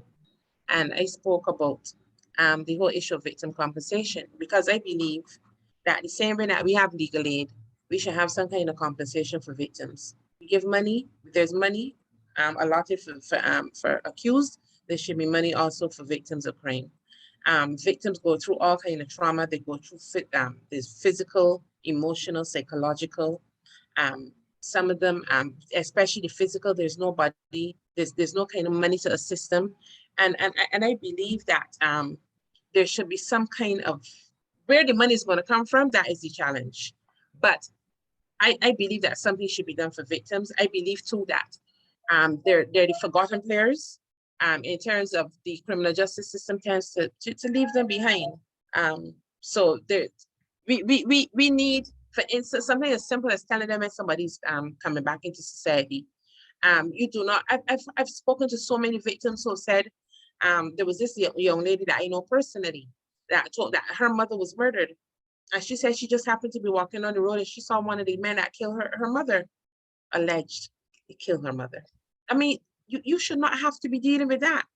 I believe we call it secondary victimization in the criminal justice system. There is no way that you should be re-victimized again. There's too much, they're always on the sideline. And I believe that they need to be, as part of our reform, criminal justice reform, I think that we need to involve victims more in all the stages of the criminal justice system. That's just my view. Thank you very much. I believe that I want to serve notice on you all right now that I will be inviting you back for part 2 on the second Tuesday in December. And that gives you time to, fix up your Christmas celebrations or whatever. That is early enough. So I will send formal invitations to you, but I'm serving notice right now because there's so much more. There's some questions I have and questions in the chat and everything else. And Glenn Roy, you've been waiting for a while. Yeah, pleasant good evening to everyone. Yeah, my name is Glenn Roy. I'm actually a facilitator for a program that I actually initiated called the Benevolent Anger Project, which is good anger building. It was a community project that started in 2 Mile Hill, approximately in 2015. From that point, someone from the prison actually reached out and I was invited in to do a seminar. And after doing the seminar, I was also asked to possibly volunteer to do the program which I had developed, the Benevolent Anger Project. And since about 2017-18, I've been facilitating the same Benevolent Anger Project to the remands until last year when we were faced with COVID. One of the main things as far as that is understanding that the different aspects of, while in prison, the things that are to be provided to aid in the rehabilitation of the offender. One of the primary things is having an idea as to the individual himself through a risk assessment tool, which the prison has. That tool gives instruction to the facility, who then provides the necessary programs to aid the person in their rehabilitation once they are serious, committed, and dedicated to the rehabilitation process. Another tool that is utilized is something called a cognitive behavioral therapy, which is dealing with the mind. As I always tell people, a criminal is not a person, it's a mindset. Once you change your mindset, you pretty much change the outcome of how you live your life. So the cognitive behavioral therapy is something that you see throughout the world that a lot of different countries has been incorporating in their prisons, and that has truly shown to be effective. And one of the last aspects of in prison, while doing prison time, would be educational/vocational training. Education has shown the ability to reduce recidivism. The higher you go up the educational ladder, is a corresponding reduction in recidivism. So one of the main things is seeing how can the prison maybe look at in the future, incorporating those who have advanced and also those who are maybe at the other side of the spectrum, and giving them the necessary educational tools, programs, classes, so they can have these things. And we're talking about from as low as you could possibly go to as high as you could possibly go. So that becomes the tools that you aid a person in being able to effectively rehabilitate through the process. So when they return to society, they actually have been rehabilitated. And another aspect of it too is aftercare. What support systems are in place to give an individual know that support once they reintegrate into society? If a person don't have that support system, then you know what? That person is a little bit more subject, pretty much recidivism. I'm going back to the recidivism process. So those are some of the critical areas that needs to be addressed. And again, I'm a facilitator for the Benevolent Anger Project. Mr. Holder, I will know Mr. Holder, but we need more people like Mr. Holder who fights, tries, and get these things in place. And we need more people with that kind of thinking that will advance this situation. And again, thanks to you for having this forum tonight. And I came on because somebody sent me this tonight, so I just logged on. So I hope I'm sneaking into your session, but I actually logged on, and I'm pretty much impressed by the people who are here. And let's see what we could do to try to advance the cause. Thank you again. We welcome you, Mr. Bab, and we come into the home stretch. As I said, we will have a part 2 because there's so many other angles and so many other things that we need to say. And at the end of the day, we need to be able to have some positive answers and solutions. So what I will do, I see John. John, do you have a question? And if it's a question or comment, can you make it very concise, please, before we wrap up? Yes, there's a question for Pastor Baird and for Mr. Headley. Pastor Baird, what I'd like to ask is society, or is there a group in Barbados that is looking at the reasons why persons are committing crimes with such ease? When you look at social media, you see that a person may commit a crime and there are many people on there actually cheering these people on. So as a society, I mean, right now this conversation is about recidivism and stuff like that and things and rehabilitating persons. But should we also be looking at finding out what, as a society, why persons are so willing to commit a crime? And to Mr. Headley, for a person who has been in prison, what are your thoughts or the conclusions that you would have come to based on conversations that you would have heard in prison about people coming to prison and not seeming to see it as a deterrent to committing crimes once they leave the prisons? Thank you. So what I will do at this point is allow the question to be answered in the wrap-up. So I will give each panelist at least 1.5 minutes to 2 minutes to wrap up and kind of bring everything together from your perspective, and let us have something that we can take away from this this discussion tonight. And so we will start with the Chief Officer. We will start with you, sir.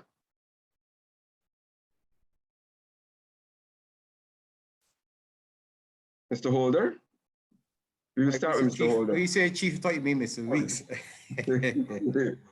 Right. All I want to say is that the prison has embarked on a rehabilitation flow since 2010 to now. We have certain experts come overseas to let us know correctional tools to assess the inmate needs and to create custodial plans. We have certain programs in place. But we need, as we say, we need more professional help. We need all the person in panel, person in public, and to mention things that we need to do. We need more help, we need more professionals, and we need to start before they get to prison. We need to start in the family, in the home, in the church. This is a holistic approach. This prison cannot do it alone. Unfortunately, how the laws is put, we cannot step outside society. We have a resettlement program, a reintegration program. However, we need more of the business houses, we need more of the entities outside to assist us and to help us. We want to create, I say we want to create an import portal. We want to create a halfway house, but this was done for the entity from outside. We already saying provisional paper on parole. We say provisional paper on halfway houses. We have all these in place. So therefore then, any person there who listen to me through the text or the mic, we need your help. So send your volunteer list, send your business houses, send everything. We are in this together. This is a Gestalt approach. This is a holistic approach. I thank you once again, and I welcome and I wait for round 2. Thank you so much, Mr. Holder. Chief Magistrate Weeks. Thank you very much. First of all, let me start by just thanking the Wesleyan Men's Fellowship under your able leadership for putting off such a really great evening. I thought that a lot of the panelists were certainly bang on, and the questions from the audience. It was quite an interactive and stimulating evening. My take on this for part 1 would be that as I started, I know that even though we have a number of objectives as members of the judiciary, incarceration will still be one of them, because there may very well be times where we have no other options for the particular individual or individuals at the time, depending on the nature of the crime. But we also will seek to work in terms of the rehabilitation. I think what's vitally important, though, is persons like Kim and her work. The causes of getting us where we are, those are vitally important. We need to continue to look at those so that we don't continue to head in the same direction. We need to take the advice from people like Mr. Holder, who's in it and who's working in it and is seeing the persons, as well as Mr. Headley, of course. He's living proof of the fact that he's seen it, and therefore he knows what we need to do. So if we keep looking at all these various facets, and then we go beyond that to look at parole and the halfway houses, because we need halfway houses for young people as a diversion method as well, where you have people between 18, some even younger, who need halfway houses because they need to see what a solid family actually looks like, what social skills we have. So all of these are the different things we need to work with and pull together so that we can make the entire society a better place. So in round 2, I'm sure we'll develop a lot more, but thanks for having me.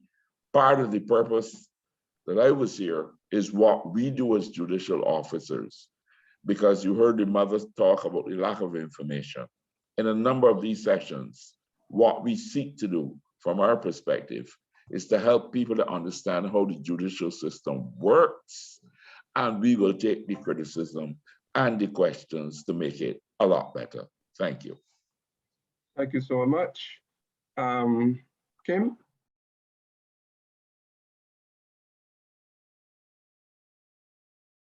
Leave me for last, Mr.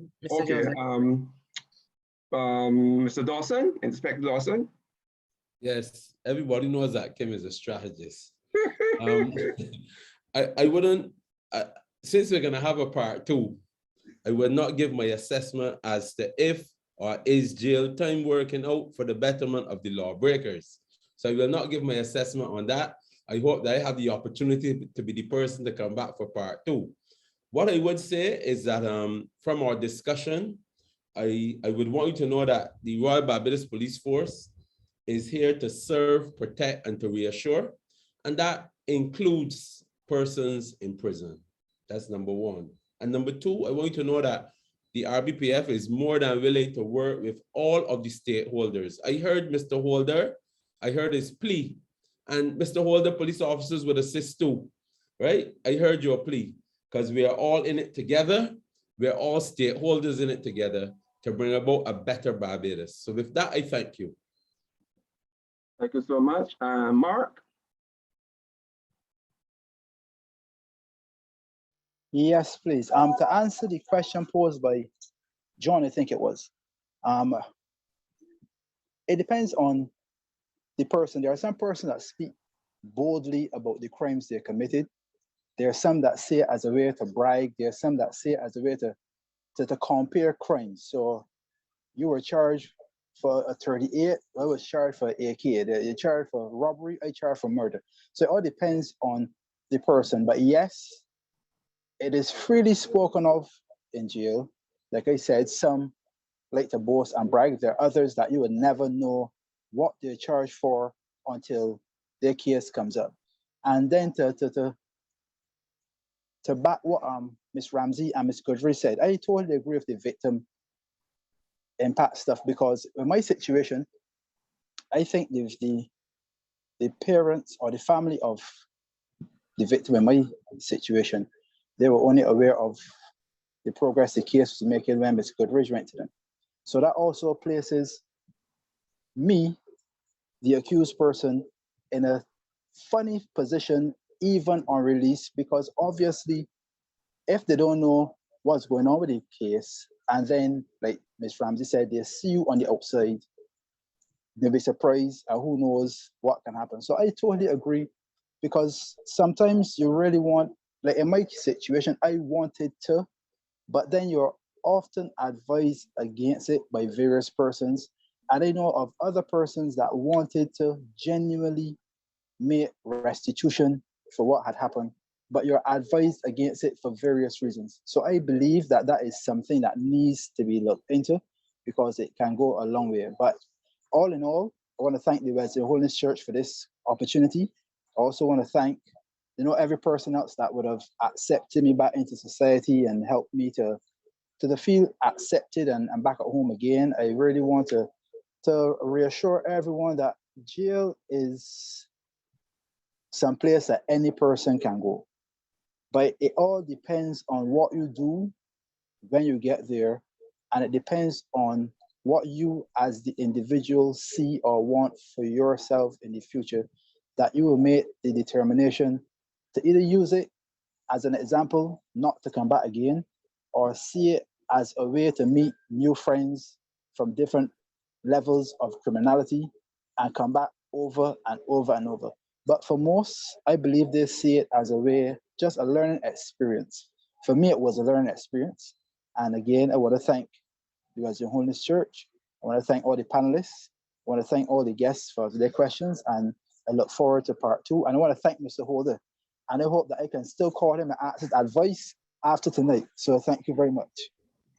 Thank you. Well said, Mark. And we really appreciate you being here. And we want to say we have people all the way from over in a way like Canada, like one of our members of in Wiltshire. I see her logged on. So we want to thank everyone. We have now Dr. Baird. Could you give us your takeaway? I think I'm supposed to answer a question first from John. Okay, yeah. I think he asked the question about what should we do to help people to when they come back to society. What was that the question? I can't remember. John, could you repeat that question for me? No, what I wanted to find out is, as a society, what are we doing to find out or to stop persons from seem to be committing crime so easily? Okay, got it. Yeah, got it. Okay, right. I think I want to follow on and take it from what the magistrate even Weeks was saying earlier, that the school, the family, the institution, the educational institution, everybody must play a part in helping to raise the child.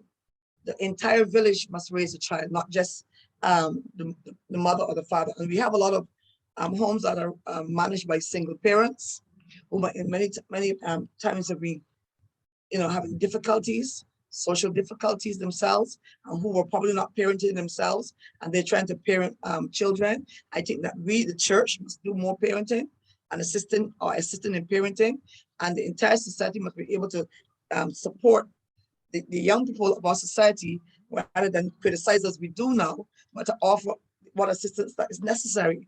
And I agree that, we need to look at not just the education in terms of, academics, but also trade skills and that sort of thing, in order to have that person well-rounded. But I also believe that in the case with Mark, when he came out of prison, he had a strong support system there. He did, when you leave prison, you don't have any particular money, finances that you can work with, and whatever he said he wanted, we ensured that he had that so that he wouldn't have to go out there and ask the wrong person or be pushed in the wrong area. And so just not myself, but the church, my church surrounded him and supported him in whatever area we could. And I was insistent and made sure that he got a job, you know, and that he's not working so that he can make, you know, he can look after himself and he can, you know, contribute to his family and whatever. So I believe that every little bit makes a difference. And I want to just close on this one point as well, to show the example of having someone to lean on, having people to lean on, not just your family members, but society, the church, you know, friends and people that care for you, to support you and affirm you and not be treated as a jailbird when you leave prison and so on. Although there are some that have gone to jail because they want to be there to be able to, you know, train other persons, and they want to be there for their own protection because somebody has got a hit on them. But by and large, lots of inmates leaving the prison really wants to change. And I want to just draw this example. One of our most notorious criminals, Alfred Harding, while he was in prison, I was the rehabilitation officer and counselor for inmates and officers. And I remember going down to his section, which was, Mr. Hall can tell me, it was maximum security because he was deemed as one of the most vicious inmates in Barbados. And I remember reading, I would distribute handouts of literature on motivational literature and literature on, you know, how to be a better person and so on. And he was, the first thing he said, Reverend Baird, don't come near my cell. I don't want to have any of that literature. So I said, okay, Mr. Harding, I will not bother you. But I will go next door at the cells, next door, down the passage, and read the handouts very loud to the other inmates. And he would hear me reading the handouts to the other inmates. 2 weeks after, he said to me one day, he said, Reverend Baird, bring some of those materials to me. I like what you're reading. And I did. And we talked. And I can say I befriended him. And he said, when I come out of prison, I want you to work with me. I said, I promise you, I will work with you. When he left prison, I remember him asking me to buy him the clothes to go to the prison. And we went to Canada a few weeks before he came to prison. And because of his height, I searched all of Canada. And I had to go to another part of Canada that was at the end to find his size. But I did, because he asked me, and I made a promise and I will keep it. And I remember seeing him coming through the prison gate, wearing the same pants, the same shirt, the shoes, and the hat that he bought for him. And he called me as he promised. And I said, Alfred, if you ever feel you're gonna commit crime or do anything wrong, call me and my husband. Anytime at all in the night, we were there for you. And he did. He would call us something and say, I want to talk. We talked to him. When I got tired, my husband took the phone over and talked. But then, you know, he had a girlfriend that did not go through any rehabilitation or change. And she had a very serious influence on him. And then he started to go back into a certain area where he didn't want to go. And then he left and he went to St. Lucia and got himself into some trouble, and he died there. His mother asked me when he died if she can get the body back to Barbados, if I would perform the funeral for him. I said, of course, and I will eulogize him, because I met the Alfred Harding that many people didn't meet. I met the human being that was in him. I met the man that was in him that loved people and cared for people. He took me to his mother's house, sat me down, picked a coconut. We sat and drank like long lost friends. I met someone that did not want to be involved in violence, but because of circumstances, found himself in violence. That's why I'm committed to doing all I can to save a soul or to redeem somebody, because I believe that nobody is beyond rehabilitation. And that's all my takeaway. Very good. Very good. Thank you so much for that story, that human interest story, Dr. Baird. And Kim, you're closing the baton.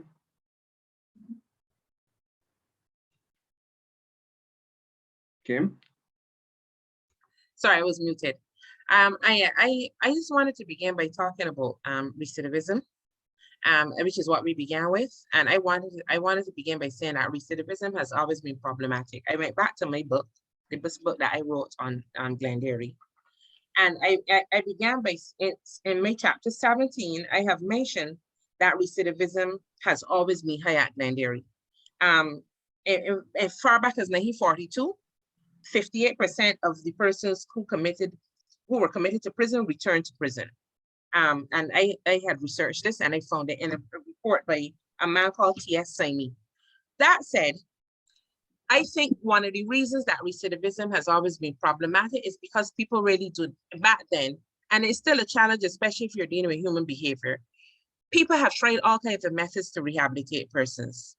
They have punished them, they have silenced them. I don't know if you've heard about the silencing method, where you were so told to sit in your cell and say nothing. We even had that in Barbados at one point. People tried out all kinds of methods. They tried the medical model, they tried hanging, everything. Nothing has been successful enough in terms of rehabilitation. As Mark said, most of the times it comes down to a matter of choice. But also, what we have not discussed tonight is the fact that the environment, as well as factors such as biological and psychological factors, play a role in shaping behavior. Not only that, but we have a more lawless society. I have jotted some points. Our society is on the decline in terms of morals and values, in terms of respect for self, in terms of respect for law, in terms of respect for the sanctity of life. We have seen the degradation of respect for these values. And while we sit down and talk about all these things, we cannot speak about rehabilitation without looking at society as a whole, which I talked about up to last week in my discussions that I hold on a weekly basis. The whole issue of being a crime-prone society. Our society has become more crime-prone, and I don't know if we can rein it back in at this stage. We can only try. Outside of that, we're faced with several challenges. The prison is trying its best. The prison is doing its best. It has all kinds of staff, all kinds of rehabilitation staff. By the end of the day, like most other institutions in society, it has lack of resources, financial, human, etc. And faced with these challenges, there are also systemic challenges because we don't have enough programs. We don't have, we have persons sitting down in prison for a long time on bail, and how the law speaks about how we treat persons remand, how we treat persons on remand versus how we treat persons that are convicted. We have all of those systemic challenges. Outside of those systemic challenges, we have the challenges that I spoke about in society. The fact that people want nothing to do with persons who come back to society. Mark, you've been lucky. You said that you've been welcomed with open arms. That is not the case for many people. Many people do not want to see them, they're jailbirds. In fact, the only people that really embrace them are the men on the block, people that are criminals themselves, and so the story goes on. I believe that for us, and I've been saying this for years, we need to have that link between prison and society. Do we need that through care? Leaving a man to just be released into society is setting it up for disaster. And that's why so many of them recidivate within a short period of time. They're men that are hungry, they don't have anything to eat, they go straight. And some of them even commit crimes so they can go back. How do we stop this cycle, this revolving door? That should be the topic for next conversation. What measures do we as a society put in place to educate the public, to work with our young people, and when I talk about young people, I talk about young men, young women who are coming back into society, who want a second chance but are not being provided with that second chance. I think those are the things that we need to start looking at. We already know all the things that I've just discussed, the recidivism, the challenges in the prison, the challenges in society, but what do we do to stop the gap? Because that is where the problem lays. That is my piece. Thank you. Well said. That is very much food for thought, Kim. And I want to thank everyone tonight. And this has been really instructive. And I really don't want to say anymore because it might dilute what happened, what we had tonight. It was wonderful. And I want to say, as I said before, I serve a notice on you all that we'll be having a part 2 on the second Tuesday in December, and God's willing. And so let us close in prayer. We'll ask Peter Dawson to close us in prayer. Peter? No problem. Heavenly Father, we thank you, dear Lord, for being a merciful, a forgiving, and a providing God. Dear Heavenly Father, you have been with mankind from the beginning, dear Lord, and we know that you have prepared a place for us in heaven forever. Dear Lord, I pray tonight that you will touch the lives of all of those 100+ persons who were in earshot of tonight's presentation. We pray, dear Lord, that you would touch their heart and help them to do their part to make the contribution that is necessary at Glenderry, dear Lord, so that we can get the 95% male who are up there, dear Lord, to come back into society. I pray, dear Lord, for each of the members on the panel that you would touch them and continue to give them wisdom and hope and thought. I pray, dear Lord, for the gentleman, and I'm so sorry, I'm not remembering his name, Mark but Headley. Mr. Headley, I pray, dear Lord, for him, dear Lord, because he is a complete and utter example of what can happen. He has had some advantages, but the others can get it as well. And so tonight, I pray for all in earshot, and especially for Mr. Headley, that we, dear Lord, once again can come together later again to bring about change. We pray for Barbados as a society, because as we have heard, we seem to be condoning crime, and I pray, dear Lord, for that to be completely reversed. We know, dear Lord, that you can bring about change in the Barbadian society, and I am praying for that. And also to all members of the KFL Wesleyan Holiness Church, I pray that you would touch them. So this is my prayer as we finish tonight. And for those who have to travel in mercies, but I think we're very, very close to the curfew, so you should be at home. This I pray, amen. Amen. Amen. I want to say thank you also, Mr. Emmanuel Joseph, for allowing me to share on this panel. I want to thank you, great members of the panel, for allowing me to join you. Thank you for, allowing me to join you in this great session. And I pray God's blessings upon all of you. And I declare that the next time around will be greater than this one. Yes. Thank you so much. Thank you to everyone. Thank you, Mark. Thank you. You're welcome. Thank you. Thank you, Mr. Dawson. Yes, Yeah, sir. and Chief Magistrate Weeks. Thank you. Good night, all. Call me Mark. Okay. Goodbye, and thank you everyone as well. Kim, bless you. Thank you. Have a good night, everyone. Take care. All right. Okay.